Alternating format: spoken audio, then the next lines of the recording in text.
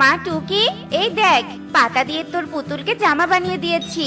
সত্যি তো, তুমি পাতা দিয়ে অনেক সুন্দর জামা বানিয়ে দিয়েছো। আমি তাহলে এখন আমার মানুষ বন্ধুর বাড়িতে খেলতে গেলাম মা। আচ্ছা ঠিক আছে মা, যা। আর সন্ধ্যার আগে বাড়িতে ফিরে আসিস, কেমন? এরপর টুকি পুতুলটা নিয়ে মানুষের রাজ্যে তার বন্ধুর বাড়িতে চলে যায়। বন্ধু, বন্ধু বাড়িতে আছো? দেখো, আজ আমি পুতুলের জামা বানিয়ে এনেছি। ও মা, তোমার পুতুলের জামাটা তো অনেক সুন্দর হয়েছে। কাল কিন্তু আমার জন্য সুন্দর একটা পাতার জামা বানিয়ে নিয়ে আসবে। এমন পাতার জামা পরলে গরম কম লাগবে। আচ্ছা ঠিক আছে বন্ধু, নিয়ে আসবো। চলো এখন আমরা ওই গাছের নিচে গিয়ে খেলা করি। আর এভাবেই সেই দিন কেটে যায়। পরদিন টুনি জঙ্গল থেকে কিছু গাছের পাতা নিয়ে বাড়ির দিকে আসতে থাকে। আর তখনই পথে কালু কাকুলির সাথে দেখা হয়ে যায়। কি রে টুনি, এতগুলো গাছের পাতা নিয়ে কি করবি? টুকির মানুষ বন্ধু নাকি একটা পাতার জামা বানিয়ে চেয়েছে, তাই এই পাতাগুলো জঙ্গল থেকে নিয়ে এলাম। টুকির মানুষ বন্ধু পাগল হয়েছে নাকি যে গাছের পাতার জামা পরবে? আচ্ছা ঠিক আছে, যা যা। কাকুলি, টুনি তো একটা ভালো ব্যবসা শুরু করেছে।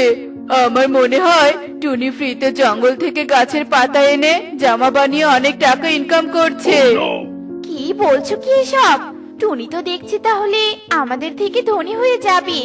কালু, যেভাবে হোক এই টুনিকে বন থেকে তাড়িয়ে দিতেই হবে। আর তখন আমরা ফ্রিতে জঙ্গল থেকে পাতা এনে জামা বানিয়ে অনেক টাকা ইনকাম করব। তা তো বুঝলাম কাকুলি, কিন্তু টুনিকে কিভাবে বন থেকে তাড়িয়ে দিব? কালু, আমার মাথায় একটা বুদ্ধি এসেছে, যে বুদ্ধিতে টুনিকে খুব সহজেই বন থেকে বের করে দেয়া যাবে। তারপর কাকুলি তার বুদ্ধির কথা কালুকে খুলে বলে। আর তারপর তারা চুপি চুপি ঈগলের ফলের বাগানে চলে যায়। তারপর ফলের গাছ থেকে পাতা ছিঁড়ে ছিঁড়ে পুরো বাগানে ছিটিয়ে দেয়। কাকুলি, সব জায়গায় পাতা ছিটিয়ে দিয়েছি। হ্যাঁ কালু, সব জায়গায় দিয়েছি। এখন চলো আমরা ঈগল দাদার বাড়িতে যাই। বন প্রধান, বন প্রধান বাড়িতে আছেন? হ্যাঁ কালু, বাড়িতেই আছি। তা তোরা আমার বাড়িতে কি মনে করে এসেছিস? আসলে আপনাকে একটা খবর দিতে এসেছি। আমাদের বনের টুনি তো আপনার ফলের বাগান থেকে পাতা ছিঁড়ে নিয়ে যাচ্ছে, আর সেই পাতা দিয়ে জামা বানিয়ে পাখি ও মানুষের কাছে বিক্রি করছে। কি? ওই টুনির এত বড় সাহস বন প্রধানের বাগানে ঢুকে ফলের গাছের পাতা ছিঁড়ে নিয়ে যাচ্ছে? কিন্তু তোরা কি সত্যি বলছিস? আমার তো বিশ্বাসই হচ্ছে না। পাতার জামা কি কেউ পরে নাকি? বিশ্বাস না করলে আপনি আমাদের সাথে চলুন, আমরা আপনাকে সব প্রমাণ দেখাবো। আচ্ছা ঠিক আছে, চল দেখি। বন প্রধান হয়ে প্রমাণ ছাড়া তো আর কাউকে আমি শাস্তি দিতে পারি না। এরপর কালু আর কাকুলি ঈগলকে নিয়ে তার ফলের বাগানে চলে যায়। এই যে দেখুন বন প্রধান, আপনার বাগান থেকে পাতা ছিঁড়ে নিয়ে যেতেই এগুলো পাতা নিচে পড়ে গেছে। তাই তো দেখছি, শয়তান টুনি, তোকে তো এবার কঠিন শাস্তি দিয়ে ছাড়বো।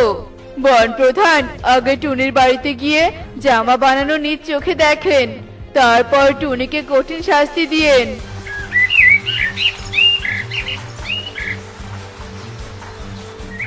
কি টুনি, তোর এত বড় সাহস? আমার ফলের বাগান থেকে গাছের পাতা ছিঁড়ে এনে জামা বানিয়ে বিক্রি করছিস? কালু কাকুলি তোর গোপন কাজের কথা না জানালে তো আমি তোকে ধরতেই পারতাম না। বন প্রধান, এসব কি বলছেন? আমি তো আপনার বাগান থেকে পাতা ছিঁড়ে নিয়ে আসিনি। কালু দাদা, এত বড় মিথ্যে অপবাদ তুমি দিতে পারলে? আমি নিজ চোখে যা দেখেছি বন প্রধানকে তাই বলেছি। বন প্রধান, এই মিথ্যেবাদী টুনিকে বন থেকে তাড়িয়ে দিন। এমন চোর পাখির সাথে আমরা বসবাস করতে চাই না। চিন্তা করিস না, আমি এক্ষুনি একে বন থেকে তাড়িয়ে দিব। এই টুনি, এই, তোর জিনিসপত্র নিয়ে বন থেকে চলে যা বলছি, নয়তো আমি তোকে মেরে হাতটা ভেঙে দিব। বুঝেছি বন প্রধান, আপনি আমার কথা বিশ্বাস করবেন না। আমি এক্ষুনি বন থেকে চলে যাচ্ছি। মা টুকি চল ঘরে গিয়ে জিনিসপত্র গুছিয়ে নেই। হ্যাঁ মা চলো। এরপর ঈগল কালু ও কাকুলি সেখান থেকে চলে যায় আর টুনি ও টুকি ঘরের জিনিসপত্র গোছাতে থাকে এবং কিছুক্ষণের মধ্যেই তারা প্রয়োজনীয় জিনিসপত্র নিয়ে সেখান থেকে বেরিয়ে পড়ে। মা টুকি পাতার জামাটা তো বানানো হয়ে গেছে, চল তোর বন্ধুর বাড়িতে গিয়ে জামাটা দিয়ে তারপর পাশের বনে যাব। হ্যাঁ মা তুমি ভালো কথাই বলেছ। আমার তো জামার কথা মনে ছিল না, আর বন্ধুকে জামা দিয়ে না গেলে তো বন্ধু মন খারাপ করতো।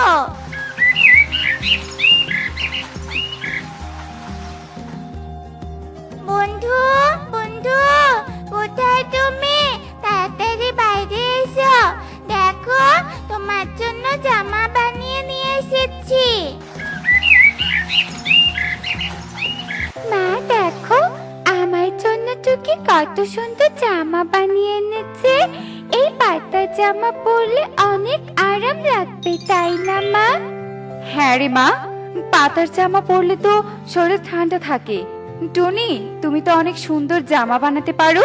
তুমি যদি তোমাদের বনে একটা পাতার জামার দোকান দাও তাহলে মানুষ পাখি সবাই তোমার কাছে জামা কিনতে যাবে, এতে তোমার অনেক টাকাও ইনকাম হবে।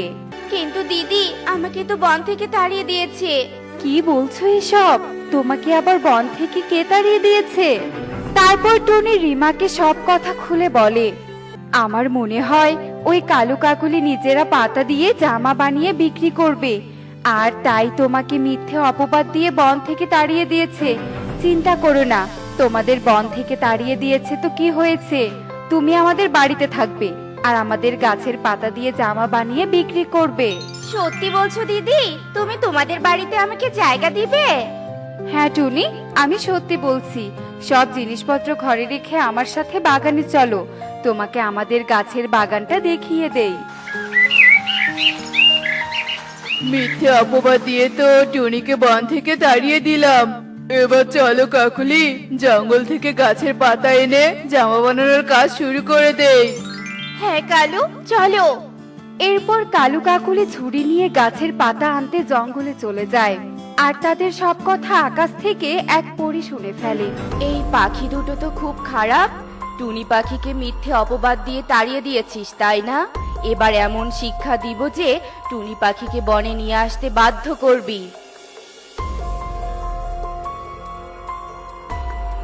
কালু এই কাঁঠাল গাছে উঠে পাতা ছিঁড়ে দাও। কাঁঠাল গাছের পাতা শক্ত আছে, তাই জামা বানালে সহজে ছিঁড়বে না। এরপর কালু কাঁঠাল গাছে উঠে পড়ে, আর তখনই পরী তার জাদু শক্তি দিয়ে সাপ হয়ে কালুর কাছে চলে যায়, আর সাপটি কালুর শরীরে পেঁচিয়ে ধরে। ওরে বাবারে, ওরে মারে! কাকুলি তাড়াতাড়ি আমাকে এই সাপের হাত থেকে বাঁচাও, এই সাপ যে আমাকে মেরে ফেলবে। ওরে বাবারে! আমি কি করে বাঁচাবো কালু? সে সাপের কাছে গেলে তো সাপটা আমাকে কামড় দিয়ে মেরে ফেলবে।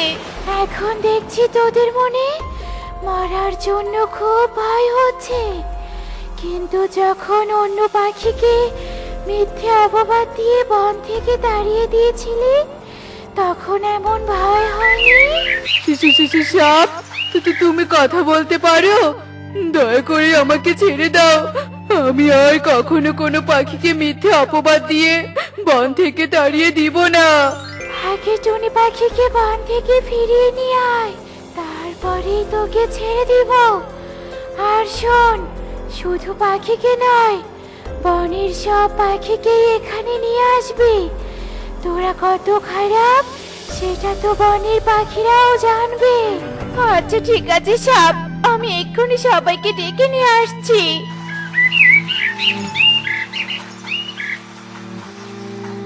ওই তো টুকি মানুষের মেয়ের সাথে খেলা করছে, তাহলে টুনি ওই বাড়িতে আছে।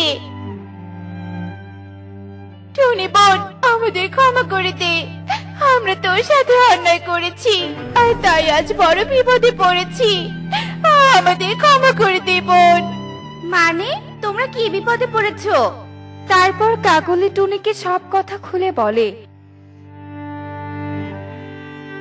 আর সব শুনে টুনি কাকুলির সাথে বনে এসে বনের সবাইকে নিয়ে জঙ্গলে চলে যায়। কালু, তোরা এত খারাপ আর এত মিথ্যাবাদী যে আমি বন প্রধান হয়েও তোদের চালাকি বুঝতে পারিনি। আমি যদি সবটা না শুনতাম তাহলে তো তোমরা সবাই টুনিকে ঘৃণার চোখেই দেখতে।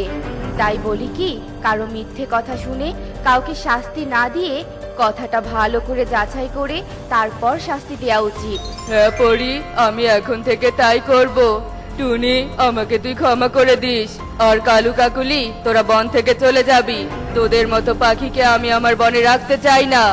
এরপর কালু কাকুলি বন ছেড়ে চলে যায় আর টুনি সবকিছু নিয়ে তার বাড়িতে ফিরে আসে। একে কনক, এত জোরে ঝড় বাতাস হচ্ছে তবুও কোনো আম পড়ছে না কেন? ওই দেখ, দুটো আম পড়েছে। চল টুকি, দুজনে দুটো আম ভাগাভাগি করে নেই আর এক্ষুনি এখান থেকে চলে যাই। হ্যাঁ কনক, চল। মা বলে ঝড় বাতাসে বাইরে থাকতে নেই, তা না হলে যে কোনো দুর্ঘটনা হয়ে যেতে পারে। এরপর টুকি ও কনক দুজনে একটা করে আম কুড়িয়ে নিয়ে সেখান থেকে চলে যায়। আর যাওয়ার সময় তারা একটা খরগোশ ছানাকে দেখতে পায়। বাঁচাও, আমাকে কেউ বাঁচাও, আমাকে কেউ বাঁচাও। আরে, খরগোশ ছানাটা অনেক বড় বিপদে পড়েছে আর জীবন হারানোর ভয়ে কারো কাছে সাহায্য চাইছে। আর এখানে তো আমরা ছাড়া আর কেউ নেই। এখন আমাদের উচিত খরগোশ ছানাকে সাহায্য করা। না টুকি, ওকে সাহায্য করতে গেলে আমাদের বিপদ হয়ে যেতে পারে। তাই চল, এক্ষুনি আমরা এখান থেকে চলে যাই। না কনক, আমার মা বলে কেউ বিপদে পড়লে তাকে সাহায্য করতে হয়, আর ভয় পেয়ে পালিয়ে গেলে আমরা কখনোই খরগোশ ছানার কাছে ক্ষমা পাবো না, বুঝলে? এই কথা বলে টুকি তার পাশে পড়ে থাকা একটা কাঠ নিয়ে সাপকে তাড়িয়ে দেয়। আমার জীবন বাঁচানোর জন্য তোমাকে অনেক ধন্যবাদ। আচ্ছা, তুমি একা এই বনে কেন এসেছো? তুমি জানো না এই বনে অনেক হিংস্র পশু থাকে আর যে কোনো সময় তোমার বিপদ হয়ে যেতে পারে। এবারের মতো তো আমরা তোমাকে বাঁচিয়ে নিলাম, আরেকবার বিপদে পড়ার আগে বাড়িতে চলে যাও। এই বনে এসে আমি আমার মালিককে হারিয়ে ফেলেছি, আর আমি তো অনেক ছোট, তাই আমি আমার মালিকের বাড়ি যাওয়ার পথটা চিনি না। কিন্তু এখানে থাকলে তো তুমি আবার বিপদে পড়ে যাবে। এর থেকে ভালো তুমি আমাদের বাড়িতে চলো, আর তোমার মালিককে খুঁজে না পাওয়া পর্যন্ত তুমি আমাদের সাথে থেকো, কেমন? এরপর টুকি খরগোশ ছানাকে পিঠে নিয়ে বাড়িতে চলে যায় আর কনকও তার বাড়িতে চলে যায়। একি রে মা, এত সুন্দর খরগোশ ছানাকে তুই কোথা থেকে নিয়ে এলি? এরপর টুকি টনিকে সব কথা খুলে বলে। ঠিক আছে, এখন থেকেও আমাদের সাথেই থাকবে। টনি মাসি, ও টনি মাসি, আমার খুব গরম লেগেছে, আর গরমে ঠান্ডা পানি ছাড়া আমি গোসল করতে পারি না। আর এজন্য আমার মালিক আমার জন্য একটা সুইমিং পুল বানিয়ে দিয়েছিল। তুই এতদিন হয়তো অনেক ধনীর বাড়িতে ছিলি, কিন্তু আমরা তো অনেক গরিব, আমাদের নুন আনতে পান্তা ফুরিয়ে যায়। তোকে আমরা এই গরমের জন্য সুইমিং পুল বানিয়ে দিব কিভাবে বলতো? ইকরির বাবা তো ইকরিকে একটা সুইমিং পুল বানিয়ে দিয়েছে মা। আমি বরং ওকে নিয়ে ইকরির বাড়িতে যাই। ঠিক আছে টনি মাসি, তাহলে আমার সুইমিং পুল লাগবে না। তোমরা আমার বিপদের দিনে আমাকে থাকতে দিয়েছো, এটাই অনেক।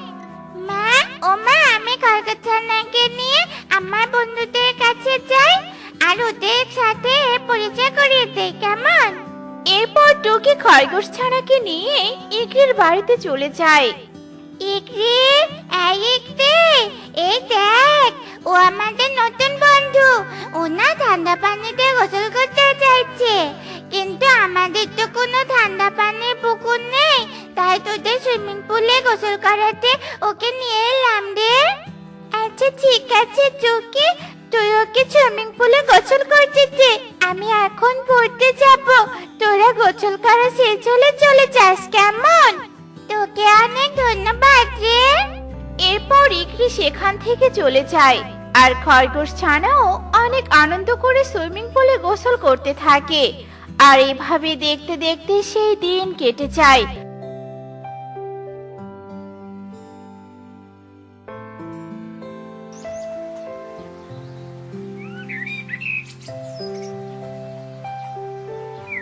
আর এভাবে রোজ টুকি খরগোশ ছানাকে নিয়ে ইকরিদের সুইমিং পুলে যেত। আর এভাবে দেখতে দেখতে বেশ কিছুদিন কেটে যায়। আর আবারও একদিন টুকি ও তার খরগোশ ছানা ইকরিদের সুইমিং পুলে যায়। এসো টকি, তুমিও এসো। এই গরমে ঠান্ডা পানিতে গোসল করলে তোমার খুব ভালো লাগবে। সত্যি বলছো? আমি কখনো এমন সুইমিং পুলে গোসল করিনি, তবে তোমার কথা শুনে আমারও ঠান্ডা পানিতে নেমে গোসল করতে খুব ইচ্ছে করছে। তাহলে দেরি করছিস কেন? আর তুই আমাদের সাথে আয়। এরপর টুকি ইকরি ও খরগোশ ছানা মিলে অনেক মজা করে গোসল করতে থাকে। আর কিছুক্ষণ পরে সেখানে ইগলি চলে আসে। হায় হায় রে, এ কি দেখছি আমি! আমার এত দামি সুইমিং পুলে গরিব টুনির মেয়ে এসে গোসল করছে। গেল রে গেল, সুইমিং পুলের ঠান্ডা পানিগুলো নোংরা হয়ে গেল। আর সাথে দেখি একটা খরগোশ ছানাকেও এনেছে। মা, ও মা, তুমি ওদেরকে বকো না, ওরা তো আমার খুব ভালো বন্ধু।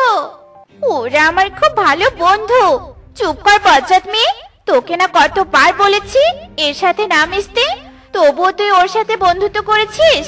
আজ তোর বাবা বাড়িতে আসুক, তারপর তোকে দেখাবো মজা। মাসি, ও মাসি, তুমি ওকে বকা দিও না মাসি।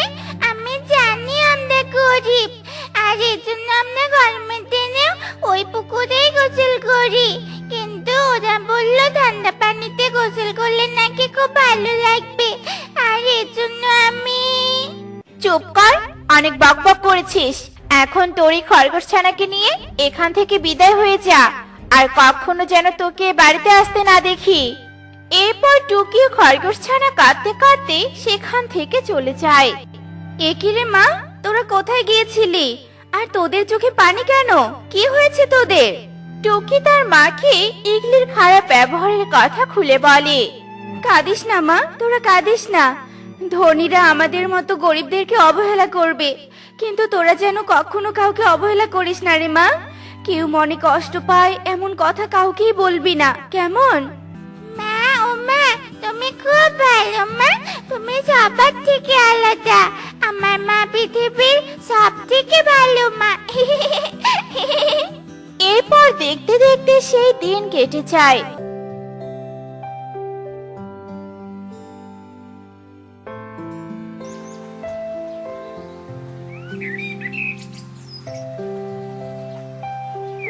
পরের দিন সকালে টনি ও টুকি তাদের বাড়ির সামনে অনেক বড় একটা সুইমিং পুল দেখতে পায়। এ কি, এত বড় সুইমিং পুল এখানে কিভাবে এলো? আমি বলছি মাসি, এই সুইমিং পুলটা আমার মালিক তোমাদেরকে উপহার দিয়েছে। তার মানে তুমি তোমার মালিককে খুঁজে পেয়েছো? কিন্তু কিভাবে? শোনো তবে, ওই তো আমার মালিক। কিন্তু আমার মালিক এত রাতে কোথায় যাচ্ছে? এখনই আমাকে আমার মালিকের কাছে যেতে হবে। এরপর আমি আমার মালিকের সামনে যাই। এ কি, তুই এতদিন কোথায় ছিলি? আমি যে তোকে প্রতিদিন এই বনে খুঁজতে আসি, আজও তোকে খুঁজতে এসেছিলাম, কিন্তু তোকে কোথাও খুঁজে না পেয়ে আমি বাড়িতে ফিরে যাচ্ছিলাম। ওই যে বাড়িটা দেখতে পাচ্ছ, ওটা হচ্ছে টনি মাসির বাড়ি, আর ওই বাড়িতেই আমি ছিলাম মালিক। ঠিক আছে, তোকে একবার যখন খুঁজে পেয়েছি আর হারাতে চাই না। চল, তুই এখনই আমার সাথে চল। না মালিক, টনি মাসিকে না বলে আমি আপনার সাথে যেতে পারবো না, কেননা ওরা এতদিন আমাকে অনেক যত্ন করেছে। আর মালিক, আপনার তো অনেক টাকা, টনি মাসিকে একটা সুইমিং পুল বানিয়ে দিন না মালিক। এই গরমে ওরা ঠান্ডা পানিতে গোসল করতে পারে না। ঠিক আছে, তুই যা বলবি তাই হবে। এরপর আমার মালিক এই সুইমিং পুলটা বানিয়ে দেয়। তোমরা এখন থেকে গরমের দিনে এখানেই গোসল করবে, কেমন? ওই তো আমার মালিক এসে গেছে, এখন আমাকে যেতে হবে। বিদায় টুনি মাসি, বিদায় টুকি। এরপর খরগোশ ছানা তার মালিকের সাথে চলে যায়। আর টনি ও টুকিদের সুইমিং পুলে বনের অনেকে গোসল করতে আসে। আর এর বিনিময়ে টুনিকে টাকা দিয়ে চলে যায়। আর এভাবেই টুনি ও তার মেয়ে টুকি সুখে দিন কাটাতে থাকে। দেখলে তো বন্ধুরা, কেউ বিপদে পড়লে ভয় না পেয়ে তাকে সাহায্য করতে হয়, কেননা তার মতো তুমিও কোনো বিপদে পড়তে পারো। তাই একে অপরের বিপদে এগিয়ে গিয়ে আমাদের মিলেমিশে থাকা উচিত। এমনই সব মজার মজার শিক্ষণীয় টুনি পাখির গল্প দেখতে আমাদের পাশে থেকো। আর গল্পটি কেমন হয়েছে তা কমেন্টে জানাতে ভুলো না কিন্তু। Bye bye.